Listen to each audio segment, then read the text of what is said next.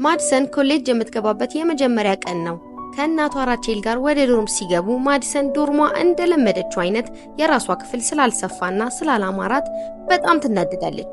ልብሷን የምታስቀምጥበት ቦታ ባለመኖሩና የምትተኛበት አልጋ ትንሽዬ በመሆኑ እዚህ ዶርም መኖር እንደማትፈልግ ማዲሰን ለእናቷ አስረግጣ ትነግራታለች። እናቷም የዶርም ህይወት ይሄን እንደሚመስል በማስረዳትና ትንሽ እያካበደች እንደሆነም ትነግራታለች።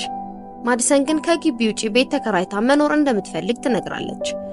በዚህ መሃል እናትየው አብራቸው ዶርም ውስጥ ቆማ የነበረችውን ዶርሜቷን ካሲን ተዋወቀች። ካሲን በመቀጠል ማዲሰንን ለመተዋወቅ እጇን ስትዘረጋላት ማዲሰን እዚህ ዶርም ብዙም የመቆየት እቅዱ ስለሌላት መተዋወቅ እንደማትፈልግ ሰላምታ በመከልከል ታስረዳለች። ማዲሰንም እናቷን አባቷ ለኮሌጅ አስተዳዳሪዎች ነግሮላት ለብቻዋ የምትኖርበትና ጥሩ ክፍል እንዲያሰጣት እንድታደርገው እናቷን ጠይቀቻት። እናቷ ግን አባቷን እንደማትጠይቀውና እንዳጨማለቀቻት እየተናገራት እንደሆነ ትገልጽለትና ክፍሏን እንድታሳምር ዲም ላይት ትሰጣታለች። ማዲሰን ግን እንዲህ አይነቱ ርካሽ ዲም ላይት ክፍሏን እንደማያሳምርላት ትናገራለች። እናቷን በልጇ ተናዳ እንኳን ዶርም ገብቶ መኖር ኮሌጅ ከፍለው መማር የማይችሉ ብዙ ሰዎች ስላሉ አመስጋኝ እንድትሆን ነገረቻት። ማዲሰን ግን ይሄ ንግግር እንደማያረጋጋት ስትናገር እናቷ እቃዋን የሚያመጡላት ሰዎች ቶሎ ስለሚመጡ ክፍሏን ማስተካከሏን እንድትጀምር በመናገር ወደ ስራ መሄድ ስላለባት ለመሄድ ስትጀምር ማዲሰን ለአንዳንድ ወጪዎች የሚሆን ገንዘብ እንደሌላት እናቷን አስታወሰቻት። እናቷም ዋናው የክፍያ ካርዷ እስከሚመጣላት ድረስ ጊዜያዊ ካርድና የትምህርት ቤት ወጪዎቿን የሚሸፍንላት ሌላ ካርድ ሰጠቻት። ጊዜያዊ ካርዱ ግን $1000 ብቻ በውስጡ ስላለው ለአደጋ ጊዜ ብቻ እንድትጠቀምበት አስጠነቀቀቻት። እናም ማታ ላይ ከአባቷ ጋር እራት አንድ ላይ ለመብላት እንደሚገናኙ ነገረቻት። ማዲሰን ግን ከቤተሰቧ ጋር አንድ ላይ እራት መብላት አላስደስታትም ነበር። ምክንያቱም ብቻዋን ለመኖር ወስና የመጣችበት ኮሌጅ የመጀመሪያ ቀን ከቤተሰቧ ጋር እራት መብላት እንደሚያስደብራት ታሰበች። በዛ ላይ $1000 ምንም እንደማይሰራላት ታስረዳት ጀመር። እናቷም ይሄ ሁሉ ስጦታ ካላስደሰታት ስራ በመስራት $1000 እንዴት በቀላሉ እንደማይገኝ ብታውቅ እንደምትመኝ አስረዳቻት። በመቀጠልም ወደ ስራዋ ሄደች። ካሲ ክፍሉን አብረው እንዲያሳምሩና ቀስ በቀስ ክፍሉን እንደምትወደው ብታስረዳትም ማዲሰን ግን መቀመጥ እንኳን ምቾት እንዳልሰጣት በመናገር ዶርሙን ትታ ትወጣለች። ካሲ መጽሐፍቶችን ለመግዛት እያየች ነበር። እናም የመጽሐፍቶቹ ዋጋ በጣም ስለተወደደባት የተወሰኑ አቅሟ የሚችላቸውን ብቻ መርጣ ወደ ክፍያው ቦታ ሄደች። ክፍያው ቦታም ስትሄድ ማዲሰን እዛ ቆማ ነበር። እናም አይፓድ ለመግዛት ፈልጋ በተሰጣት የትምህርት ቤት ክፍያ ካርድ ክፍያ መፈጸም እንደማትችል ሲያስረዷት እየተጨቃጨቀች አገኘቻት። ካሲ ከኋላዋ መጣ ችግር ይኖር ይሆን ወይ ብላ ጠየቀቻት። ማዲሰንም አይፓድ ለመግዛት ፈልጋ ነገር ግን በትምህርት ቤት ካርድ ወጪዋ መግዛት እንደማትችል ስለከለከሏትና ማናጀሩን እየጠበቀች እንደሆነ ለካሲ ገለጸችላት። በዚህ ጊዜ ማናጀሩ ይመጣና በትምህርት ቤት የወጪ ካርዳቸው ይህንን አይፓድ መግዛት እንደማትችል ያስረዳታል። ነገር ግን አይፓዱን መግዛት ግዴታ ከሆነም ለብቻ በሌላ መንገድ ክፍያ መፈጸም እንደምትችል አስረድቷት ይሄዳል። ማዲሰንም ለብቻ ክፍያ ለመፈጸም ዋጋውን ትጠይቃለች። ዋጋውም $998 ነበር።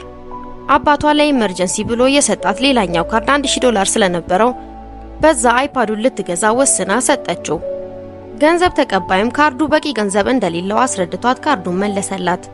ማዲሰንም በጣም ተናዳ ለእናቷ ደውላ $1000 ውስጡ እንደሌለ በማስረዳት ትነጫነጫለች። እናቷም ለአደጋ ጊዜ የሰጠቻትን ካርድ ለምን በአንድ ጊዜ ገንዘቡን አውጥታ መጠቀም እንደፈለገች ጠየቀቻት።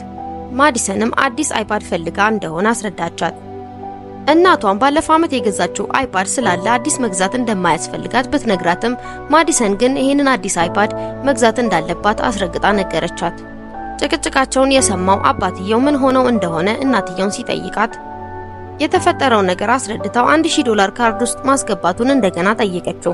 ነገር ግን አባትየው $500 ብቻ እንዳስገባ ይነግራትና ለምን $1000ን እንደፈለገችው ደግሞ ይጠይቃታል። የማዲሰን እናትም ማዲሰን አዲስ አይፓድ ለመግዛት ፈልጋ እንደሆነ ታስረዳዋለች። ነገር ግን ባለፈው ዓመት አዲስ አይፓድ ገዝተው እንደሰጧት በማስታወስ ድጋሚ እንዳትገዛ ቢነግራትም የማዲሰን እናት ግን ነገሩን ችላ ብላ ከራሷ የክፍያ ካርድ ሞልታ እንድትገዛ ነገረቻት። የማዲሰን እናት ለካሸሩ የክሬዲት ካርዷን ቁጥር በመናገር አይፓዱን ለልጇ ገዛችላት። አባትየው ግን ልጁን ማበላሸት እንደሆነ ደጋግሞ እያስጠነቀቃት ነበር። ማታ ላይ ማዲሰን ከእናትና አባቷ ጋር እራት ለመብላት ተቀምጣ ባለችበት አባቷን ካለችበት ዶርም እንዲያስቀይርላት ለመነችው። ምክንያቱም ከማንም ጋር አብራ መኖር እንደማትፈልግ ነገረችው። እናቷ ግን ካሲ በጣም ጥሩ ልጅ እንደሆነችና አብራ ጓደኛ መሆን እንዳለባት አስረዳቻት። በዚህ ጊዜ ካሲ የተቀመጡበት ወንበር ጋር አስተናጋጅ ሆና መጣች። ማዲሰንም ግራ በመጋባት ካሲን እዚህ ምን እንደምትሰራ ጠየቀቻት። ካሲም እዚህ አስተናጋጅነት እየሰራች እንደሆነ ለማዲሰን መለሰችላት። ማዲሰን ግን ካሲ ተማሪ በመሆኗ እዚህ መስራት እንደማይጠበቅባት ደግማ ነገረቻት። ካሲም በበኩሏ የኮሌጅ ወጪዎች ብዙ ስለሆኑ እናቷን ለማገዝ የአስተናጋጅነት ስራ እንደምትሰራ ለማዲሰን አስረዳቻት። የማዲሰን እናት ካሲን በማየቷ ደስተኛ እንደሆነች በመግለጽ የማዲሰን አባት እንዴት ተዋወቃት አደረገችው። የማዲሰን አባትን በካሲ በመገረም ጎበዝ ልጅ እንደሆነች አበረታቷት። ይሄንን ጥሩ ባህሪዋን ለልጁ እንድታስተምርለት ይናገራል። ማዲሰንም በዚህ ጊዜ በጣም በመናደድ የሷ ባህሪ ምን ችግር እንዳለበት ተናዳ ትጠይቃለች። ካሲም የሚበሉትን ነገር አስበው እስከሚወስኑ ድረስ ውሃ እንደምታመጣላቸው ተናግራ ካጠገባቸው ሄደች። ማዲሰንም አባቷ በካሲ ፊት በተናገረው ነገር በጣም እንደተናደደች አወራች። የማዲሰን አባት ግን በተቃራኒው ካሲ ጎበዝ ልጅ እንደሆነችና ብዙ ልጆች ከብዙ ሰዎች ጋር አንድ ላይ እንዳደጉና የማይመች ሁኔታ ውስጥ እንዳሉ ያስረዳታል። ማዲሰንም በጣም በመናደድ ታዲያ የኔ ችግር አይደለም በማለት ትናገራለች። በዚህ ጊዜ አባቷ የሰጣትን የወጪ ካርድ እንድትመልስለት ይጠይቃታል።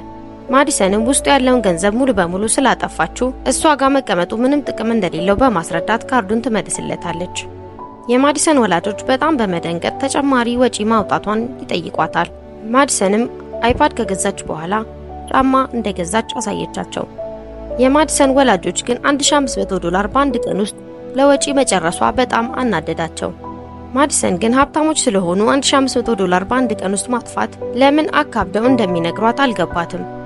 በዚህ መሃል ካሲ ትዕዛዛቸውን ልትቀበል ስትመጣ የማዲሰን አባት ካሲን አስፈቅዶ በወር ስንት እንደምታገኝ ይጠይቃታል። ካሲም በደስታ በዚህኛው ወር ብቻ $1400 እንዳገኘች ትነግረዋለች። የማዲሰን አባትም ካሲ ወሩን ሙሉ ለፍታ $1400 ስታገኝ ማዲሰን ግን በአንድ ቀን ውስጥ $1500 ማጥፋቷን በማነጻጸር ማዲሰንን ይቆጣታል።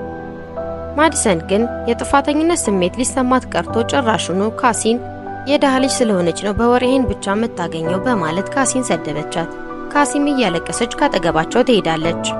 የማዲሰን አባት በልጁ ሁኔታ በጣም በመናደዱ አንድ ውሳኔ ይወስናል። ከዚህ በኋላ ምንም አይነት ገንዘብ ድጋፍ እንደማያደርግላትና ስራ መስራት እንዳለባት አስረግጦ ይነግራታል።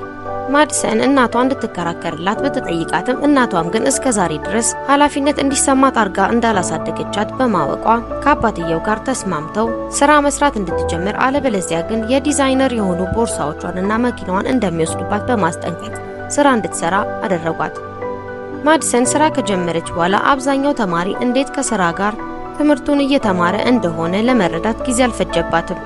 ከስራው ጫና ጋርም ትምህርቷን መከታተል በጣም እየከበዳት ብዙ ሳምንታትን አሳለፈች።